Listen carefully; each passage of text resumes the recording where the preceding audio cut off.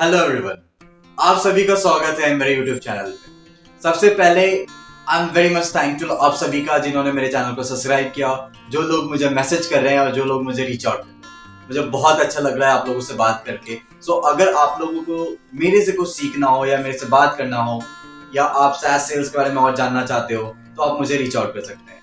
अगर आप एक नई कंपनी स्टार्ट कर रहे हो जहाँ पे आपको लगता है कि मेरी गाइडेंस की आपकी जरूरत है, आप डेफिनेटली रीच आउट करो। हम साथ में मिलकर बैठ के बात करेंगे और डिस्कस करेंगे। आप मुझे रीच आउट कर सकते हो, उसके लिए मैंने अपना ईमेल आईडी नीचे डिस्क्रिप्शन दे दिया, अपने कैलेंडर का भी लिंक दे दिया है, तो आप मेरा स्लॉट भी बुक कर सकते हैं। आज का जो टॉपिक है वो हम 2 या 3 एपिसोड्स में बनाएंगे, जिसमें हम बात करने वाले हैं TMS के बारे में, ट्रांसपोर्ट मैनेजमेंट सोल्यूशन या ट्रांसपोर्ट मैनेजमेंट सिस्टम। मैंने अपनी पूरे लाइफ में इंटायर में जितना भी SaaS सेल्स किया है वो इसी के ऊपर किया है।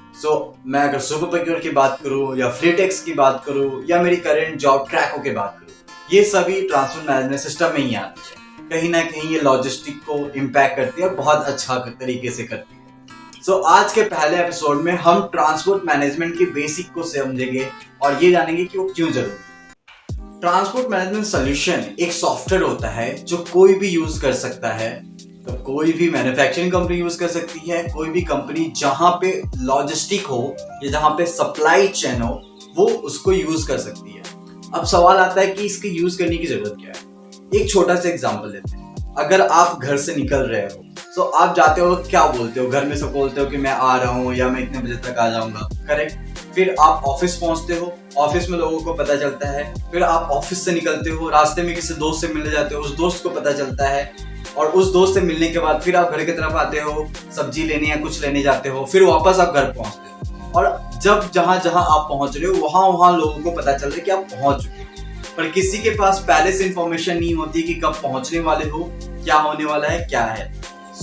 अगर मैं इसे कंपनी में लेके आऊं, कोई भी कंपनी जो चीजें मैन्युफैक्चर कर रही है या बना रही है, अगर मैं एग्जांपल लेता हूं किसी बिस्किट कंपनी की, वो मैन्युफैक्चर कर रही है, वो एक सामान बना रही है। सामान बनाने के लिए उसे रॉ मटेरियल चाहिए होती है, जो मैदा होगा, फ्लेवर्ड होगा, ये सारी चीजें चाहिए होगी। तो वो कहीं से मंगवाता है, फिर वो प्लांट में बनाता है, प्लांट में बनाने के बाद वो ट्रक्स में लोड करता है, ट्रक्स में लोड करने के बाद वो क्लाइंट के पास भेजता है, क्लाइंट फिर डिस्ट्रीब्यूटर के पास भेजता है, डिस्ट्रीब्यूटर स्टोर में भेजता है और स्टोर से क्लाइंट पूरा जो कंज्यूमर है उनके पास पहुंचता है। ये सारी चीजें इतनी सिंक में होनी चाहिए, इतने प्लान में होनी चाहिए कि कोई भी गैप ना रहे। इन सभी चीज को मैनेज करने के लिए, इन सभी चीज को एक प्लेटफॉर्म पे लाने के लिए एक सॉफ्टवेयर होता है जिसको हम ट्रांसपोर्ट मैनेजमेंट सॉफ्टवेयर कहते हैं, ट्रांसपोर्ट मैनेजमेंट सोल्यूशन कहते हैं। आइए अब इसके बेसिक्स को समझते हैं कि ये बेसिक्स क्या है, क्यों जरूरी है और इससे क्या क्या फायदा हो सकता है किसी भी कंपनी। ट्रांसपोर्ट मैनेजमेंट सोल्यूशन में जो बेसिक्स है वो है planning, route optimisation, load optimisation, tracking, documents management, POD management and finance. ये सारी बेसिक चीजें होती है। सबसे पहले प्लानिंग हमें करनी पड़ती है कि आप कोई भी चीज मंगवा रहे हो, क्या वो मंगवा कैसे परा ना रहे। रॉ मटेरियल कंपनी जो मंगवाती है वो आके वैसे परी ना रहे। जब उन्होंने मंगवा लिया, उसको यूज कर लिया, फिर वो किस रूट से जाए गाड़ी वो देखनी पड़ती है। जब वो रूट से जा रही होती है तब ट्रैकिंग इंपॉर्टेंट होती है कि रास्ते में वो गाड़ी कहाँ पे वो ट्रैक हो सके। जब वो ट्रैकिंग हो जाती है तो उसके बाद प्रूफ ऑफ डिलीवरी, जो गाड़ी पहुंच जाती है उसको अपलोड करना पड़ता है, जिसे POD कहते हैं, वो अपलोड हो जाए। उसके बाद जो गाड़ी लगी है उसके फाइनेंसेस रहते हैं एंड उसके रिलेटेड डॉक्यूमेंटेशन रहते हैं, वो सारा ऑप्टिमाइज हो जाए। ये सारी चीजों को जो टेक केयर करता है वो ट्रांसपोर्ट मैनेजमेंट सोल्यूशन होता है। अब यहाँ पे अलग अलग स्टेक होल्डर्स होते हैं, जैसे मैन्युफैक्चरिंग प्लांट्स होते हैं, 3PL प्लेयर्स होते हैं, 3PL प्लेयर्स होते हैं, राइट। लॉजिस्टिक कंपनीज होती हैं, क्लाइंट होता है जिसके पास मटेरियल जा रहा होता है, जो वेयर हाउस में आदमी बैठ रहा है वो होते हैं। ये अलग अलग लोग होते हैं जिन्हें इंफॉर्मेशन चाहिए होता है और एक भी इंफॉर्मेशन मिस होने पे ये सारी की सारी चीजें बिखर जाती है। अब ट्रांसपोर्ट मैनेजमेंट कंपनी को क्या प्रॉब्लम सॉल्व करके देता है? ट्रांसपोर्ट मैनेजमेंट सॉफ्टवेयर जो है वो कंपनीज को प्लानिंग करके देता है, प्लानिंग के बाद एग्जीक्यूशन करके देता है और फिर ऑप्टिमाइजेशन देता है। सबसे पहले प्लानिंग देता है कि आपका जो ये मटेरियल आने वाला है, अगर दिल्ली में कोई प्लांट है और दिल्ली से अगर वो कोलकाता जा रही है, दिल्ली में मैं रहता हूँ, अगर मुझे कोलकाता जाना है तो दिल्ली में अगर कोई प्लांट है और कोलकाता में मटेरियल भेजना है, तो आप कैसे प्लान कर सकते हो क्या प्लान कर सकते हो, रेट क्या होगा ट्रक्स के भेजने का, राइट, कौन कौन लोग वो गाड़ी लगा सकते हैं, कौन कौन गाड़ियों से मटेरियल जा सकता है, किस किस रूट से जा सकता है, ठीक है, वो सारा प्लानिंग होता है। प्लानिंग होने के बाद उसमें मदद मिलती है उसको एग्जीक्यूट करने में कि RFQ चला गया, इंडेंट चला गया, ऑक्शन हो गई, गाड़ी आ गई, गाड़ी का इन्फॉर्मेशन हो गया, लोड हो गया, फिर वो निकल गया, एंड देन ऑप्टिमाइजेशन। अगर मैं मैनुअल ये वर्क करूं तो ये पूरा प्रोसेस बहुत बड़ा है, आपको आइडिया भी नहीं है। अगर कोई लॉजिस्टिक में काम कर रहा होगा आप लोग में से तो उनको आइडिया होगा, अगर कोई नहीं कर रहा है तो आइडिया नहीं होगा कि कितना बड़ा काम है ये।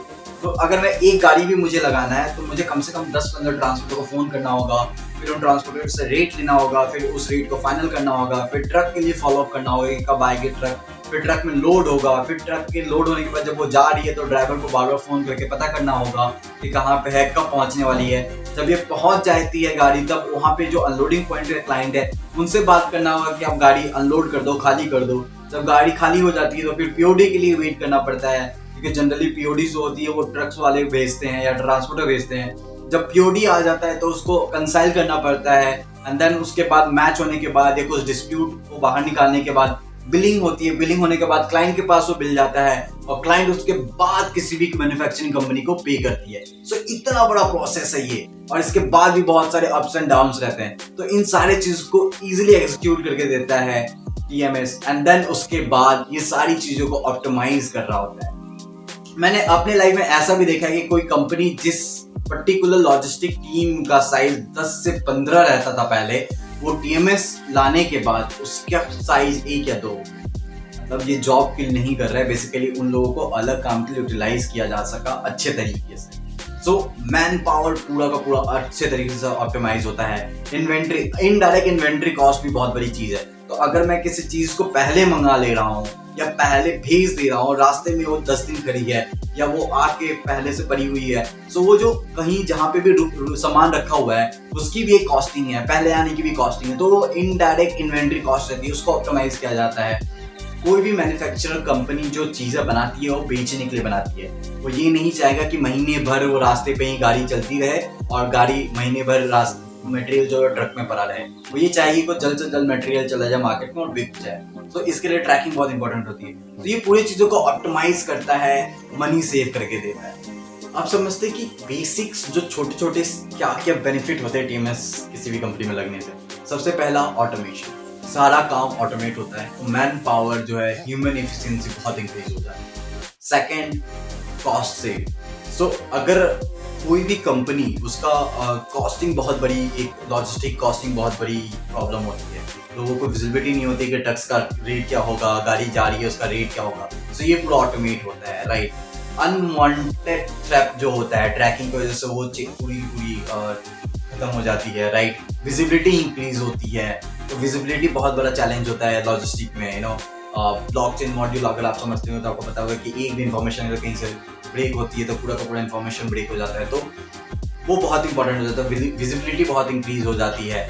और एक सर्विस एड ऑन होता है क्लाइंट के लिए। अगर मैं आज 10 रुपए का कोई भी सामान मंगाता हूँ फ्लिपकार्ट या अमेजोन से, तो मुझे पता होता है, या जोमेटो से, तो मुझे पता होता है कि वो कब आ रहा है। पर जब एक कंपनी B2B में डील कर रही होती है, जहाँ पे लाखों का सामान ट्रक से जा रहा होता है, लोगों को पता नहीं होता है कि ट्रक्स कहाँ जा रहे हैं, वो फोन पे बिलीव करते हैं, ड्राइवर के बोलने पे बिलीव करते हैं, तो बहुत बड़ा एक खतरा है उस मटेरियल के लिए। तो ये विजिबिलिटी बहुत इंक्रीज हो जाती है।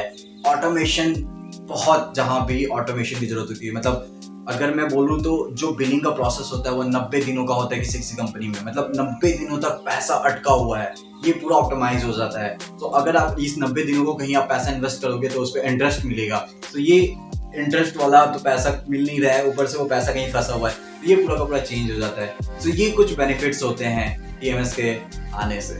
इसके नेक्स्ट एपिसोड में मैं बात करूंगा कि मैंने जिन कंपनियों में काम किया है वो क्या करती हैं और वो कैसे हेल्प कर रही हैं इंडस्ट्री को, लॉजिस्टिक इंडस्ट्री को। अगर इसके अलावा आपके पास कोई भी सवाल है तो आप मुझे DM कर सकते हो, आप मुझे लिंक्डइन पे कनेक्ट कर सकते हो, आप मुझे मेल कर सकते हो, और आप मेरा कैलेंडर बुक कर सकते हो। अगर आपको लग रहा है कि मैं अपने वीडियो से कुछ भी आपकी हेल्प कर पा रहा हूँ और आपको बेनिफिट कर पा रहा हूँ, तो प्लीज अपने दोस्तों के साथ शेयर कीजिए और उन्हें भी बोलिए चैनल सब्सक्राइब करें।